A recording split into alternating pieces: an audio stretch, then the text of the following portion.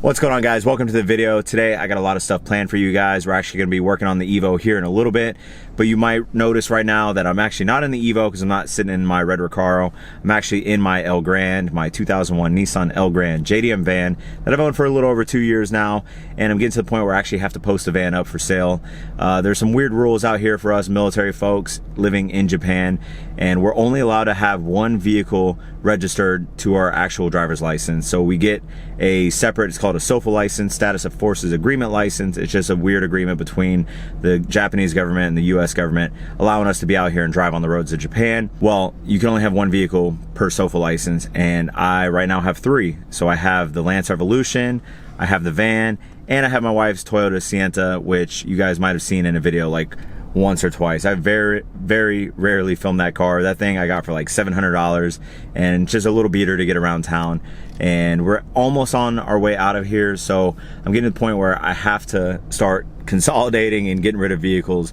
I still have my Hayabusa, so you can have one motorcycle and one car per driver's license. So the Hayabusa, I'm still kind of on the fence. I don't know what I want to do with it right now. I might sell it and pump the money that I make off of the Hayabusa into the Evo, or I might just ship the Hayabusa back to the States and have a nice motorcycle that I occasionally would take out on a ride, you know. And I feel like if I sell it, I'm gonna miss it, but then again, I would like to free up some cash and put that money into the Evo and produce some good Evo content for you guys. So I'm still trying to figure that one out. But today, I actually went ahead and just knocked out that JCI, the 2-year dreaded JCI. Did a video on the Evo 4 a little while back when I had that car and kind of walked everybody through the process on that. It is a very nitpicky inspection that the Japanese government does. And fortunately for me, the El Grande only has like 47,000 kilometers, which is super low miles, especially for 2001. So it pretty much passed with flying colors. All I had to do was align the headlights. And when I mean align the headlights, they have a little machine that kind of goes and checks the calibration of the headlight. Well, I was watching the machine and it said it was off by like 13 centimeters. So it was too high, 13 centimeters. I was like, are you kidding me? And sure enough, like I said, they're very nitpicky. So they failed me for that. And I went, and there's a place right next door that has the exact same machine that the inspectors use. So I just paid like the $13, $14, and they put it up to the machine, made the very minor adjustment. I could have adjusted the headlights on my own, but I didn't have a machine. So if I would have sat there, I don't know what 13 centimeters equates to and how many turns on adjusting the headlights. So I didn't even want to mess with it. And I got the car back, ran it back through the inspection line, passed with flying colors. Super easy, very low stress. It's not the same for everybody though. There are a lot of folks out here. When I was in line, I heard people, you know, all PO'd because it was like their 4th day coming back trying to get their car passed, and they're super nitpicky on everything from like having stickers in your windows to your tires being too wide to having loose lug nuts, even having the plastic covers on your hubcaps. Like, they will fail you for that. So you got to take your plastic covers off if you're rocking hubcaps before you go through the inspection line. So I'm just glad I'm done with that. The El Grande is good for the next 2 years. I got the road tax, that's an annual thing. So everything's updated on the van. It is good to go. So I'm probably gonna detail it, wash it out maybe today, and then post it up for sale. So if anybody's in Okinawa watching this video and they want a pretty sweet van that has a VQ35, 3.5 liter V6, same engine that they put in the 350Z, let me know. I'll hook you up with a good deal. If not, don't worry about it. But that's that with the van, and I just kind of wanted to touch base with you guys. And then for today with the Evo, I've got a few mods I'm going to be doing, and I've got one that I'm really excited about. All right guys, so I'm going to get out of here and head home, and we'll pick back up once I'm in the Evo. All right guys, we're back in the Evo, and the plan for today is to finally get rid of the ugly Momo steering wheel that came with the car when I got it. So let me flip the camera around and show you guys what I'm talking about. So this thing is worn out, and I am a firm believer that you should have a nice steering wheel because it is probably the thing you touch the most in the car physically. Obviously you touch your shift knob, but your hands are on the wheel almost 100% of the time. So it's very important to have a nice wheel, especially something that looks aesthetically pleasing, because it is probably like one of the most noticeable things inside the car. And look at this wheel.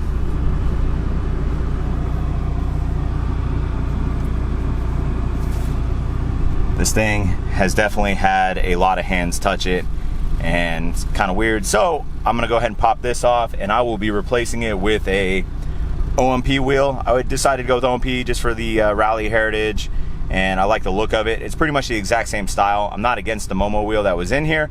It's just old and worn, so I want to replace it with something new, and I was really feeling this OMP wheel. So it is a 330 millimeter wheel, which is fairly small, but the same size as the wheel that was in here.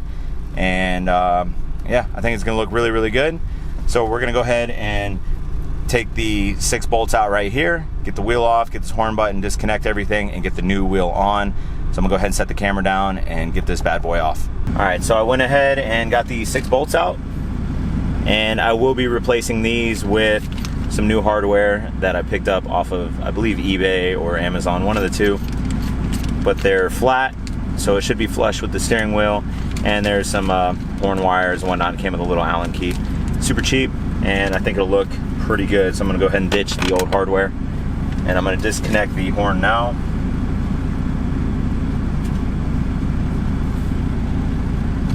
There is the old wheel.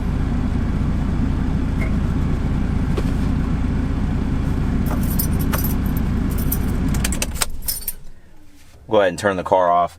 It is super hot right now, so I had to have the AC on. But anytime I'm dealing with electronics, you definitely don't want the car on. There's the old Momo horn right there. The button doesn't look bad. It's definitely salvageable, but I don't know about the wheel. So I'm gonna keep this. Who knows, maybe future car, future build down the road. Or, like I said, wall art. Now the OMP steering wheel actually came with an OMP button naturally, right? However, the OMP steering wheel has OMP written right here, and I decided, instead of having OMP twice, OMP up here and OMP down here, I actually reached out to a company called Rev-Limiter. This guy makes awesome products. He is tailored mainly towards Miatas, but he had a pretty cool series of horn buttons, and if you guys can see right here, you guys might know what that is, the Initial D series. And he had all the different teams. However, he didn't have Emperor, so I reached out to him. I was like, hey, you don't have Emperor. So he went ahead and actually custom made Emperor. Now he's selling the Emperor horn buttons on his website. And if you guys want to check him out and his products, I'll put that description and link down below. And he's also on Instagram. Awesome products, very quick shipping. And it is super hot. I gotta open up the door. But it comes with everything you need for the install. New mounting bracket, and then inside the box, check this out. Look how good that looks. That is freaking awesome. So for those that don't follow the Initial D series or don't know much about it, it's a manga or a comic that's real big in Japan. They actually have a few video games out, and you know, it's a comic, but there's animated series. You guys can go on YouTube and check it out. And there's a bunch of different stages. And it's pretty much toge, mountain drifting, and the main character, he has an A86. And Team Emperor, pretty much like, you know, one of the bad guy teams, if you will.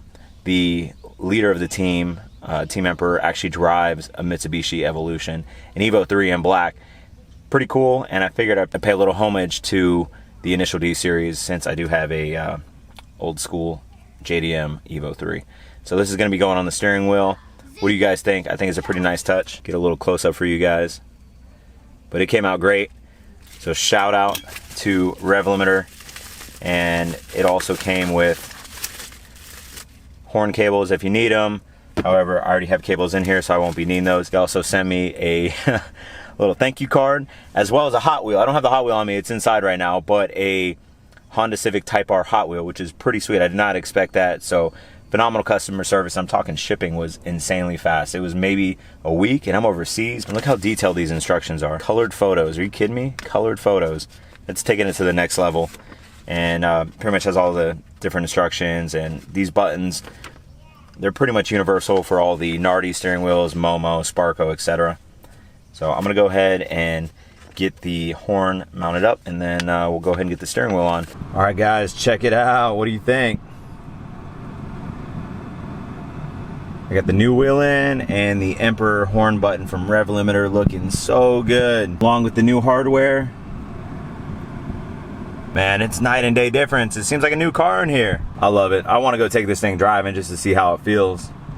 But man, I've been waiting a long time to get this wheel in. It took maybe a month and a half, 2 months, because it came all the way from Europe. And with everything going on, the mail has been super slow, but it finally came in when the car was at the paint shop. So I was like, all right, this is definitely on the top of the to-do list when I get the car back. And I just got the car back, as you guys saw in the previous video. All right, so I just took the Evo for a drive, and it is so good. It feels like a brand new car, new paint, new wheel. I just need to get some new tires, and that should be it for freshening up like the outside and the interior. And then next we're gonna focus on the engine bay. I got a lot of plans coming for that as well. I don't know if I showed you guys though, for those that don't follow me on Instagram, if you don't, go follow me on Instagram, Captain26. You guys are getting all the updates over there. But I don't know if I filmed the actual engine bay yet, so let me show you guys real quick. So when I got the car, everything was completely stock, and I've actually got to clean it up. It's got a little bit of dust from the paint shop when they had the hood off. I'm probably going to degrease everything once again. Even my brake booster's got some dust on it and whatnot. I'll probably clean it up this weekend. But I got an Apexy Super intake, and this thing, the box it came in, it definitely looked like it was from the 90s. The box is all faded, but it was brand new, still in the plastic inside. So old new stock on that. Came with a MAF adapter plate. And right now I'm trying to source a actual intake, an aluminum intake, so I can get rid of the rubber.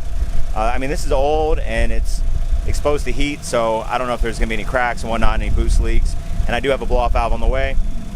So that should be here hopefully in the next week or two, and we'll get that installed. And then I'm actually gonna go get a quote today. That's what was gonna lead me into the next portion of this video. I'm actually gonna go get a quote on the valve cover, having that painted, and then possibly the heat shield for the exhaust manifold or turbo manifold, and maybe some other things.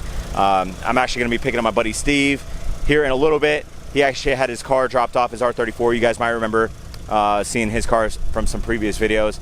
We're gonna go pick up his car, and then while I'm there, I'm gonna try to get a quote on that. So I'm gonna go ahead and end this portion of the video, and then we'll pick back up once I pick Steve up here in the next hour or so. Like I said, a lot of stuff, a lot of random stuff going on today. Hopefully you guys aren't bored, and stay tuned. All right guys, fast forward just a little bit. I actually picked up Steve and I forgot to record, but we're at Wandering Gaijin Tuning right now. The guy who runs it, Seth, he's kind of like the rotary guru out here, and he did the work on Steve's car. But we did take the Evo up here. Go ahead and take a quick peep at Steve's R34. You guys might remember this from previous videos. He just had some brake work done, and his calipers were powder coated. I think the color is Alien Silver. Came out real nice, and he had some Project Mu parts put on.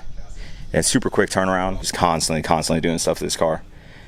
And hey, what just got done on this one? So that one just got retuned. We just put a radium in-tank surge system with 3 460 Walbros, and then IGN1 Alpha with wire harnesses. And we retuned the Adaptronic. Right now he's sitting about 21.5 psi. Damn. We're hitting a little bit of spark breakup at that higher boost. I remember seeing this car for sale.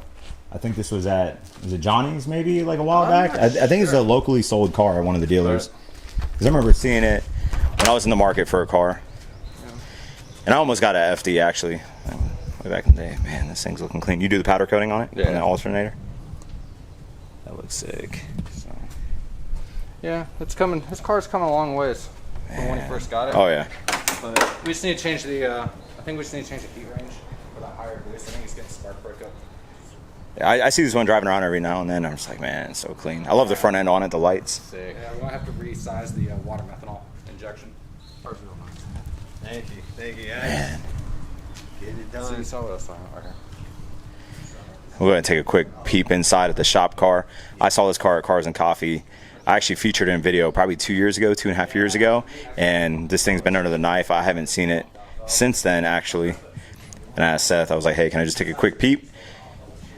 Since I'm not going to be here much longer, I probably won't see this car on the road again, but he's doing a lot, as you can see. This thing used to sound nasty, and I'm sure it'll sound even better when this car is complete, but when I said the rotary guru out here, check it out.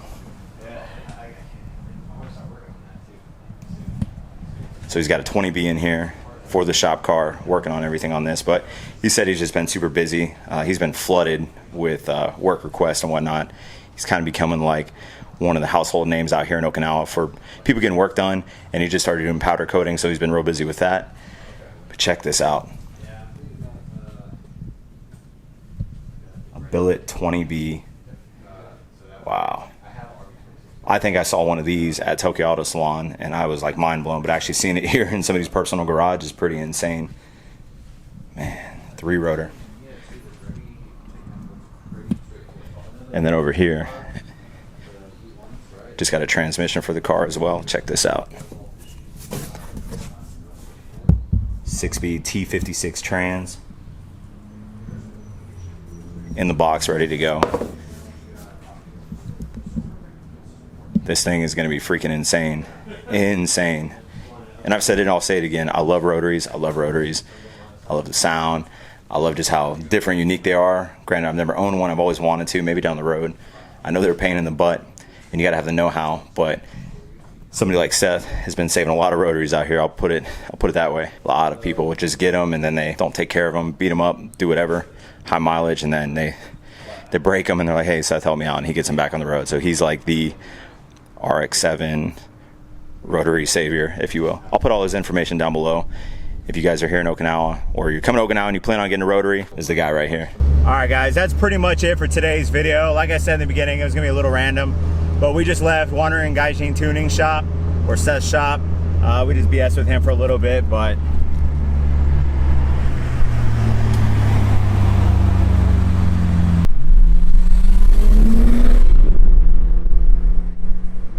anyways, thanks for watching. Hit that like button, hit that subscribe button.